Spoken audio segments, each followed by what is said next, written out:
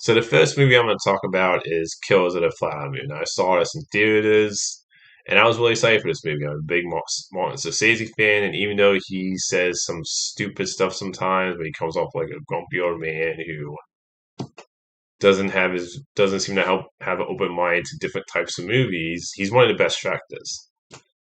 I thought this movie was fantastic. This is, in my opinion, one of the best movies this year. And for people who worry about the one time, this movie's like 3 hours and a half. Basically, it's 3 hours and 26 minutes, but basically 3 hours and a half. I didn't feel the one time for this movie. You're so like the story is so gripping. You're so invested in the characters at the one time. I didn't feel it when I was watching. It was like Alpine for me. I was just really into the story and characters that I didn't feel the one time personally. And there's really nothing I have like that really bothered me about this movie. Like directing wise, the direction is great in this movie. The whole cast is fantastic. Leonardo DiCaprio is great as usual. Robert De Niro is fantastic in this. The I don't know what the girl's name is. The main actress who's playing Leonardo DiCaprio's wife, a love interest in this movie. I don't know what her name is. I don't think I've seen anything, but she's great in it. She has really like calm and just like great presence to her in this movie. So she's fantastic in this. The story, like I said, is very gripping. I will say this: this is a very depressing, heavy movie. So even it ends in kind of a dark way. Like this, it doesn't end in a happy way. So this is one of those movies I can totally understand. Might not be the most rewatchable because it doesn't exactly. It's not a joy. It's not a good feel. It's not a feel good movie. But it's just this movie just tells like such a great story, and you're so invested in the characters, like I said, and the world that you're in. You're like you care about all the characters. Like your movie's intense. Like you're really excited to see where the story goes when you're watching the movie. So this is just a fantastic movie. I highly recommend it. Go see Killers of the Flower Moon in theaters. Because in my opinion, you miss out on a great movie if you don't see it in theaters. And this movie deserves to be seen, in my opinion, in a theater. Next thing I want to talk about is I Saw the Creator. Now, I was really excited for this movie. I'm actually a big fan of the director. He did the Godzilla 2014 movie, which kicked off the Monsterverse, which is a movie that I love. Even though I do agree, killing off Bryan Cranston in that movie was a mistake. That's the only negative I have about that movie. Where, no offense to the guy from Kick-Ass, but his character wasn't really as interesting as compelling. And I do agree with fans killing off Bryan Cranston was a mistake because he was the character I felt was invested in. But I love that movie. They did Rogue One, which I loved. It's my favorite Star Wars movie out of the original trilogy. It's the only Star Wars movie that I love out of the new ones. And I'll say this about the creator. I liked it. It's a solid movie, but I didn't love it like I was hoping. So let me start with the positives. This is visually stunning, this movie, The Creator. This is a movie that costs like 80 and Hollywood. This is a great example where you don't need to spend 100, you don't need to spend 200 or more than that for to make a movie look good. This movie, The Creator costs 80 and it's visually stunning. It has a low budget in some of these big budget movies, yet the effects look fantastic in it. So I think Hollywood needs to take note of that at times with their like 200 plus 300 movies budget wise that they have.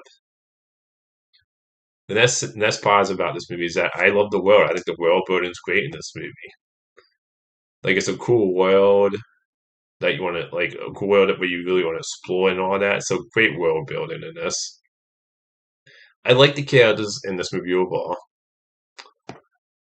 I think there's some interesting stuff in this movie about AI. I will say I don't think this movie is completely about AI. No, I think this movie actually is more about the humanity of humans. When it comes to tapping into that stuff, the humanity of humans, I think it's more about that than AI. But I think it does a good job with both elements of the story. And I think overall the cast is good in this movie. Now, here's where we get to the negatives of this movie, though. This movie does feel tropey at times because even though I think it does a good job of taking different elements from other sci-fi movies that you've seen before and put them all together, it does at times feel a little bit predictable. Like, okay, you've seen these tropes in other sci-fi, concept sci-fi movies, so it doesn't really do anything completely new, honestly. And then another negative then with this movie, and this is probably the biggest for me, is that the actor, I can't remember his name, the lead actor. I'm just gonna say he's just called him Denzel Watson's son. He's nowhere near as great as his father is by as much charisma. Like I thought he was okay in Tenet.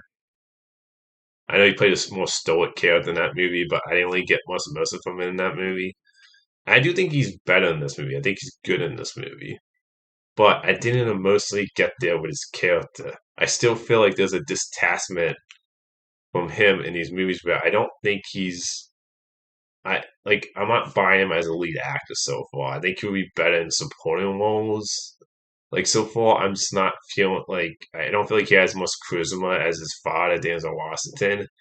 And so far, it's kind of showed in both movies for me, where I'm like he just comes off a bit cold and detached for me at times in these movies. I never feel like I fully connect with his character in a movie. I just don't think he's a strong enough actor to be a lead actor personally so far.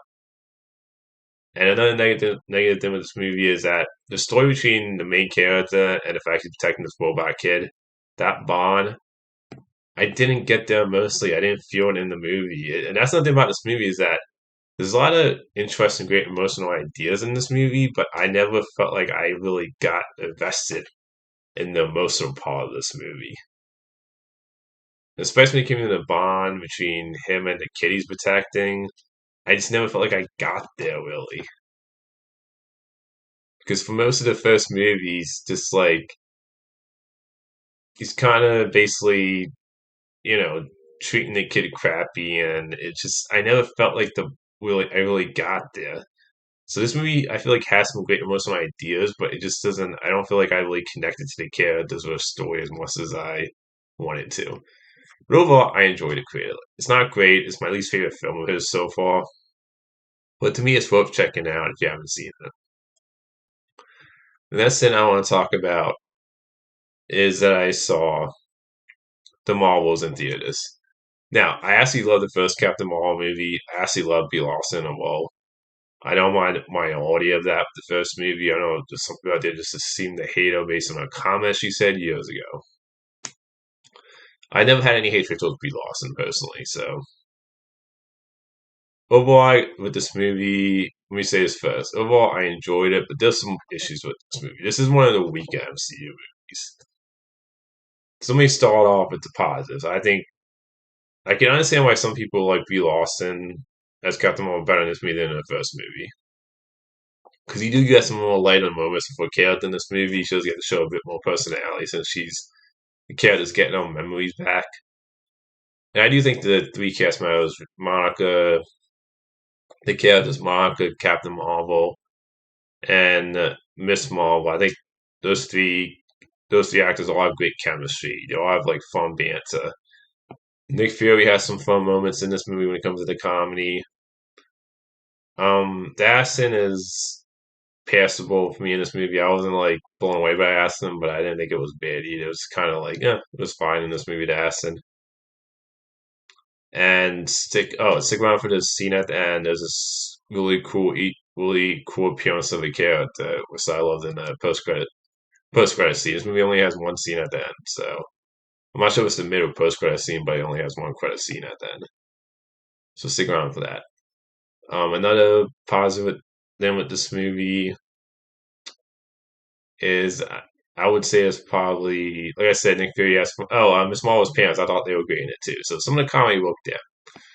But that's about all the positives I had. The negatives with this movie is that this is a very messy, uneven movie when it comes to its plot, when it comes to its tone. Even the editing feels kind of, at times, like it just jumps to one scene to another, like you were missing something.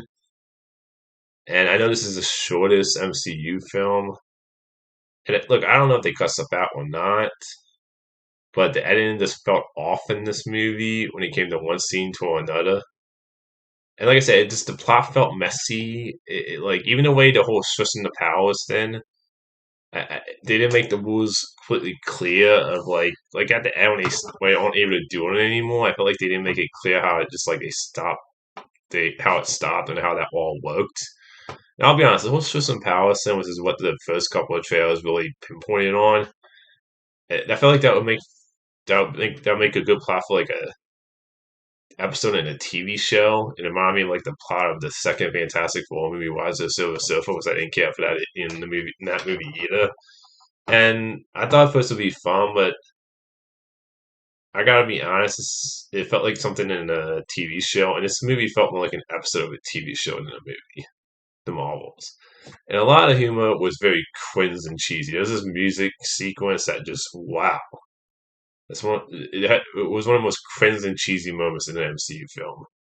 And there's also a sequence with the cast, and I love the goose character in the first movie, the cat in the first movie. But I compare this to kind of how I thought about the whole thing with Thor's hammer, where the Thor Wild you have that scene of Korg talking to Thor about his hammer, his special relationship with his hammer. That was funny. Then Thor Love and Thunder, they kept going back to that joke repeatedly and actually showing what they're talking about. And how I felt about the goose and the cats in this, I was like, okay, one cat in the first movie, that was funny. The goose character in the first movie. And then there's a scene where you have a whole bunch of cats.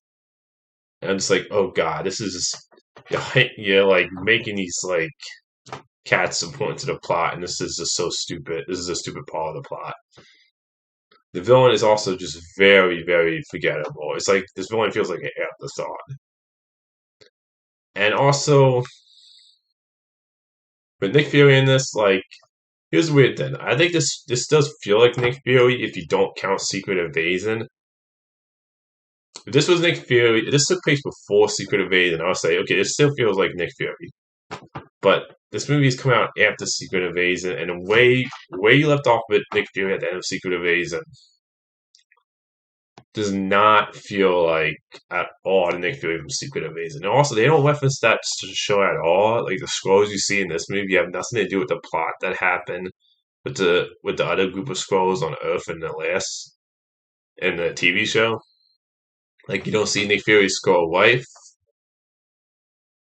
and like I said, these are a completely different group of scrolls.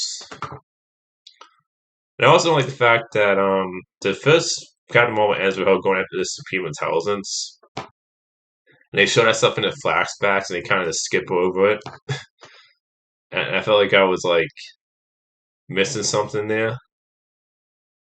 Because it does feel like the plot is missing something in this movie. So overall, this is just a very messy movie. Look, is it a fun movie? Sure. Did I enjoy watching it in theaters? Yeah. But is it a movie I'm gonna go back and rewatch again or see a second time? No. And it's a movie that definitely is a very flawed movie. And a movie that just overall is kind of forgettable. It's not going to end up being one of my favorite movies. I mean, I would say check it out if you're looking for an enjoyable, fun time. But otherwise, this is a movie you can wait on, to be honest. And definitely for me, as someone who loved the first movie, it's a step down from the first movie. So that's all the movie reviews today. Until next time, movie fans.